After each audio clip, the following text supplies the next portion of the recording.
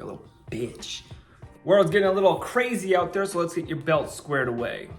Hey guys, what is up? Lefty back here again, and thanks for checking out the video. So today we're going to be talking about belts, duty belts, war belts, whatever the hell you want to call them. We're going to be talking about that stuff here in this video today, right now. So I have made some videos about my belt setup and all that stuff, but I do want to add a few things as I have adapted my stuff throughout the years. So I kind of want to touch on that. And before I kind of jump into it, two things I want to clarify as well is, you know, some people may be saying, hey, who's this asshole on my screen? That's exactly who I am. I'm just some asshole on the other side of the screen.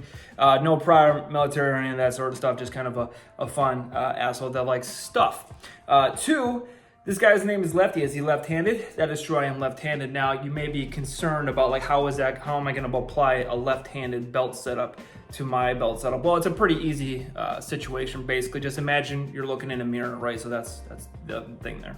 All right, anyway, so let's jump right into it. God damn, that's heavy. So basically what I want to talk about is a belt setup. I have this belt setup here, and I'm actually wearing one right now. Can you see it? You see it? You see it?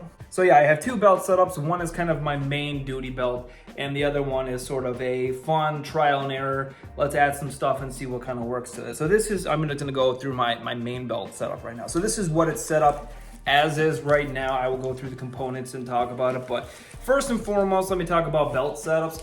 Belt setups to me are kind of pointless. They're not really pointless. They're kind of on the low tier of stuff you should be concerned with, you know, buying to be prepared and all that fun stuff, right? For me, personally, I think belts are just kind of unnecessary, because if you kind of game war plan in your head, right, you're thinking, all right, when will I use a belt? Well, belt is when I am literally kitted up. Okay, so what am I going to be kitted up? And you're not going to be kitted up for a fucking home invasion or any sort of stuff like that. You know, same thing goes with plate care. You're not going to put that shit on. If somebody's kicking your door and you're going to grab your shit and you're going to go to your kid's room, or you're going to just barricade yourself in your mom's basement like I used to do. So we'll be going beyond that kind of idea, right? So what is a belt system for, right? Again, it's for like the fantasy of the shit falling apart. Now I got to kit up because that's just kind of what you have to do to go outside. It's that sort of situation or something like that. So to me, if I had to throw stuff on, a belt is not really what I'm going to be carrying, right? Because a belt is basically for what? What you got on a belt? You got something to hold a handgun, something to hold ammunition for handgun and rifle, and maybe a med kit, and maybe some other fun accessories. That's pretty much it. If you told me, hey Lefty, you're gonna go and get into a gunfight right fucking now, it's gonna be somewhat close range, but it's gonna be, you know, kind of that, you know, 50 and out. I'm probably not gonna be carrying a belt. I'm probably gonna be grabbing a big bag of mags and then a plate carrier with a bunch more mags, right? And I'm gonna be sitting back my little rifle with my variable power optic and shit like that. You know, I'm not gonna be carrying this stuff because, again, this is sort of like, we're in this shit and I need to have something on my person while we're in this shit, but I don't have my plate carrier on. So that's kind of what a belt roll fills. So for me, that's what my mindset is when I come to a belt.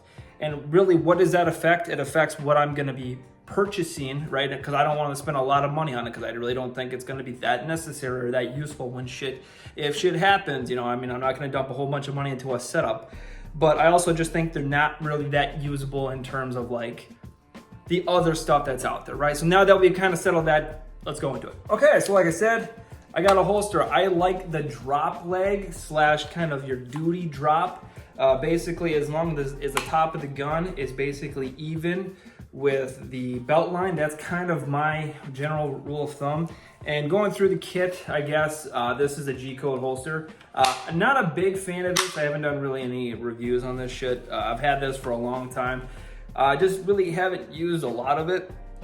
Real main reason is because I got my main squeeze here, which is our Gen 5 and other Gen 5 Glocks and stuff like that, with the ambi slide release, because I am a left-handed. And the ambi slide release don't fit in this. So this is kind of relegated to my Glock 17 Gen 4, which I'm not really gonna be planning on utilizing that much. So eventually this will be switched out. So G-code shit, I believe this is an XST holster. I'm not a huge big fan of it. I think it works well for sort of that duty on the range sort of stuff, because it does have a bail and it does have a friction lock to keep the gun in. And the button is spring loaded, which is fun. You think, wow, that's really cool.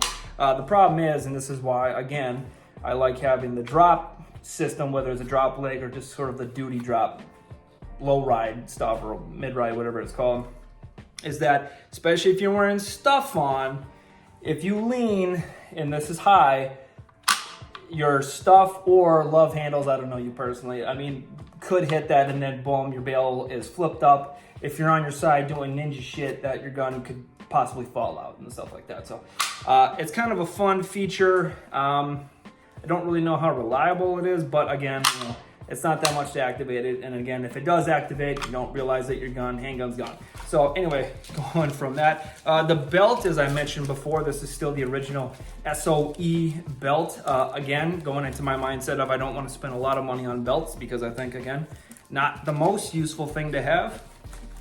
I believe this belt is like 40 bucks. It doesn't have the fancy Cobra buckles, but it is a rigid bitch, as you can see with all the weight on it. It's still pretty rigid, but it is heavy. It does have the Velcro lining on the inside, which is what I prefer for most of my stuff. Again, people, let me just tell you, you don't need to go out and spend fucking, I looked at some of these belt systems, you know, with the pouches and the belt and the inner belt and all that shit, and it's like $300. You don't need to spend $300 on a fucking belt system, people. Again, it's just unnecessary. You don't need to spend that much. I mean, don't get shit, but there's cheaper alternatives, right? So, and then going, I do have a tourniquet on here. This is, I believe, a G-code one.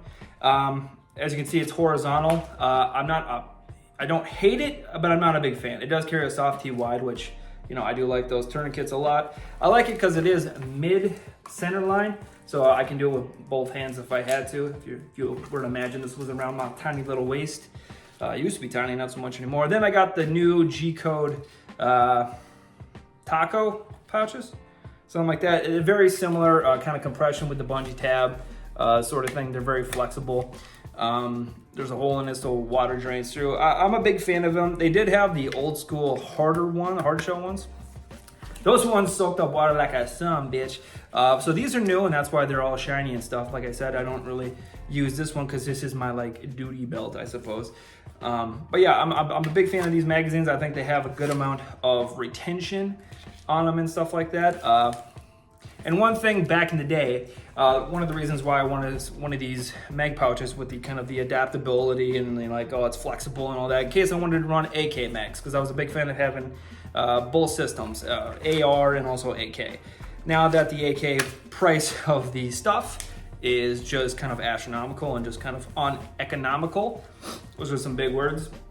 To run AK stuff, I'm kind of leaning away from that and just going hardcore into the M4 kind of stuff. So anyway, right here is a Blue Floater Skier dump pouch. I have a thing to say, and I'll probably make a separate video about dump pouches just on its own because I think they're kind of stupid. But this is nice and light and compact, so if you need it, you pull it out and you got that little, I guess like this. You pull it out and you got a little dump pouch, right? It's very fun, very, very cool. Then on the back here, Blue Floater Skier. I like Blue Floater Skier shit. They make some good stuff. IFAC Now, or whatever the hell it's called. This is pretty cool. Big fan of it. Pull at either side is just kind of a tray. Pretty much everybody has something similar to this now. Even the Chinese knockoff brands got something similar. So big fan of this. Sits in the low back. It's not that big, but it does carry your kind of your main shit, your chest seal, combat gauze, and pressure bandages, I believe, is all that is in here. So just kind of your immediate, oh shit, I have a hole in my body, I need to patch it kind of stuff. So that is pretty much it. Like I said, not much to it. Real quick though, while this thing is dangling out and stuff like that. Dump pouches. It depends what you're gonna use them for. They are behind my magazines, but there is like a standard, I don't know if it's military or whoever, but the standard idea of when I do a reload, I'm going to, you know, pull mag out, put it in dump pouch, get new mag, throw it in gun. That's stupid, because if that magazine has any rounds in it, it's going back in a pouch. I don't give a shit if it's 5 or 2, it's going back in a pouch. If it is completely empty to me, I don't give a shit. I don't care if it's the end of the fucking world, I'm throwing that fucker on the ground. That thing, all that thing is going to be doing is riding and slapping me in my ass, and believe me, I'm going to have more than enough motivation to not get shot. I don't need anything fucking giving me a reinforcement there. or encouragement, or whatever you want to say. So I think doing that is just kind of silly, because let's say I expand all my magazines, like, oh, I have one in here that has 10 rounds. Well, I'm gonna fucking go fish for it. You know, I don't practice loading out of a dump pouch, so I'm not gonna reach in there for shit. If it's got ammo in it and I have time, it's going back in a pouch, or it's going back in a belt pouch, or whatever the hell. Yeah, so I think the standard operating procedure of dropping it in a dump pouch is just dumb. I don't care. But having a bag that is completely collapsible, going from this big into, you know, a tiny little thing that sits on the belt, not a bad idea. So if you want to throw a bunch of whatever snacks in there, if you got stuff that you're evidence collecting or whatever the hell you want to do, just having a big ass pouch to put stuff in is actually pretty decent. So I like that idea. So this is duty belt as is. It is not done and all that stuff, but it's just kind of as is. So this one is just kind of what the one I'm playing with most of the time here. Belt keeper. Oh, and also for people, I probably didn't mention this, for people that don't really understand how this belt works. There is Velcro on the inside, but it doesn't attach to a inner belt. It basically just sits on the top of my pants, and then I take belt keepers, very similar to how cops set up their shit, which I was in the police academy. Go blue. But yeah, so it's a pretty rigid mount sort of system. This is getting into the weeds and shit. I don't think anybody cares. But so this belt right here is set up for kind of the duty, like I said, go to town kind of business. I have pants set up pre-staged because I'm just that prepared with a very skinny belt in it, right? So that is set up in size for that. So I have some camouflage pants with a nice duty rigger belt or whatever the hell that's very skinny, and that will fit on perfectly and clip and, you know, go to town. This one is set up for more of an EDC kind of shit. So my EDC belt has a thicker buckle, and it gives me a little bit more of a pain in the ass to actually get it clipped. So that's sized to my pants, my waist, my pants, and the belt. So it's gonna give me probably just a couple more inches in terms of like how much, whatever, that I have to size my belt. So this is just kind of my, play around belt. So this has kind of some fun stuff here. I'm gonna take the gun out because it's too heavy. So again, very similar, SOE belt. It's kind of got the olive, I don't remember what the hell this color is. It's like olive drab or olive green, and the rest of the stuff is kind of more of an OD green, which I like a lot. The kind of the pea green is not my favorite, but again, $40. Who gives a shit? It works. Like I said, it's rigid.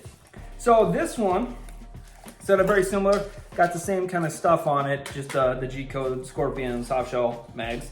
Again, basically same belt. The only difference is this has a, I believe this is called the Mule system. And this is what I actually want to do for, I do want to do a review on this because I think this is a pretty sweet little system here. So this is G-Code's drop leg system. And it does have their, what do you call that thing? RTI wheel, something like that, I believe. So it's a pretty interesting system, like I said, because I am left-handed and stuff like that. So again, just mirror it. But the nice thing has it has this basically sort of two hooks and a thing, and most of their holsters, it will be using these two slots. You push it in, then you push that tab over and it closes that tab, and then you just have to kind of pinch right here and it pops it over. So if you have different holster setups and stuff like that, which I do for this one, the other one, the tan belt is actually screwed in, which I like the rigidity of it, but again, adaptability, blah, blah, blah. Am I really gonna need to change holsters? Probably not, but having the ability is kind of nice, I suppose. But, so this is their Mule system. As you can see, it's a little bit adaptable. It has the RTI wheel, so you can change stuff pretty quick. It's got a thigh strap, which I wasn't a big fan of at first, but I can kind of get into why I like it now.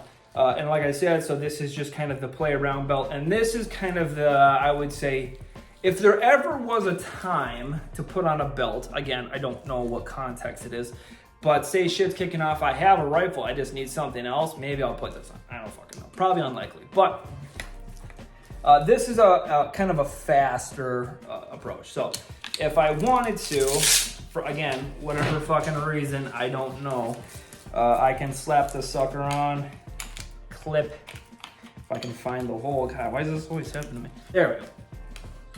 Then go on the crotch, clip the leg, and then we're good. So now I have the belt on. So again, this one's set up for more of a rapid. I have EDC pants on. I just need a belt on for either I'm doing dry fire practice or I just want to look cool today and we're a gun belt around the house and I don't really have to do a whole lot of stuff. So yeah, and then I get to carry my fun blaster. And for this one, like I said, I used to have an all G-code holster for it. I decided to go with the Safariland. I don't know which one this one is. It is the 6354 RDS. Separate video for this one. This is relatively new, but G-code does make an adapter plate for it so it can fit in the RTI wheel, because otherwise the holster does come, as you can see, that's how quick it is. It's basically the same shit with the QLS fork, or whatever the hell it's called. Safariland system and stuff like that. So what I like about this system, like you've seen, I can just slap it on, 2 buckles closed, right?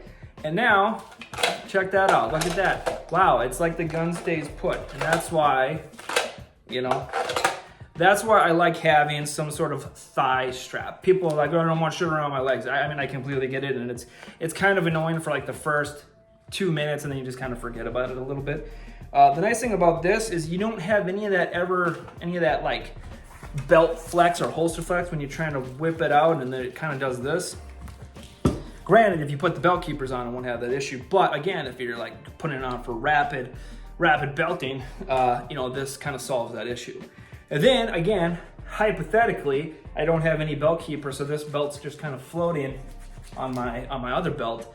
If I need to go to my handgun, again, I'm pulling a handgun on somebody, that's a pretty unlikely situation. Now I've expended rounds, or I've expended all my rounds of my gun. So now I need to do a reload. All I need for this mag pouch is to let me pull it up once. That's all I need, right? So I moved a little bit, but again, I only got 1 mag. So I mean, that's not that big of a deal. So in both unlikely scenarios, I pull a gun and I shoot so many that I need to do a speed reload or top off because more shit's coming. The belt will suffice for that. Again, if I have time to kit up and all that shit, the belt is gonna be the last thing I really even care about. So, but yeah, that's pretty much it. I like to have a little bit of redundancy and also just a little bit of extra stuff so I can play with stuff and kind of figure some stuff out. I like this setup, honestly. I probably will transfer it to that belt in some form or fashion. Either just take the shit off and put it on there, or just buy, you know, secondary, because, you know, one is none. Oh, and also, another thing you can think about, because this holster is basically attached by Velcro, and it's actually pretty rigid for what it is, honestly. Because this is attached by Velcro, I can easily just undo the Velcro, and it does have a nice little clasp on it. But I can get into more on that when I actually do kind of an overview / review of this thing. I can just take it off the belt. So if I don't like it, or if I just want a gun belt with just a lot of medical equipment, because again, that's what I like about these pouches right here, you know, like that thing, that's just Velcro. I can just Velcro that fucker off, and I can have 6 med kits on this fucking belt. That's more useful to me than having a pistol in a gunfight. I mean, it'd be nice to have more guns, but I'd rather just bring, you know, more people with guns than have 2 guns on me. So anyway, so I mean, there's some adaptability there. I like the Velcro. I know people, you know, I want fucking malice clips, or I want some weird screw-in system on your belt, but I just like the Velcro works, man. As long as you got a belt that's pressing into your body, or some other belt. I mean, I've never seen Velcro have any sort of issues. I mean, yep, it wears out and stuff like that, but honestly, unless you're changing areas of the pouches all the time, you're not really gonna have that much of an issue. So anyway, that's kind of my setup. That's how I run shit. Granted, again, I'm not really into belts. Again, I don't like to spend a lot of money and time on it, but I wanted to have a specific setup and keep playing with it. And so this is kind of where I'm at the moment. Like I said, I'm just an asshole on the YouTube. So anyway, if you like my channel, you like to support my content, I do have some links down below if you want to support the channel. It does help. Other than that, hope you guys got something out of it. I got nothing out of it, as usual. So anyway, I got to get my ass in the gym because I'm looking kind of pussy. So anyway, thank you guys for watching. Be good.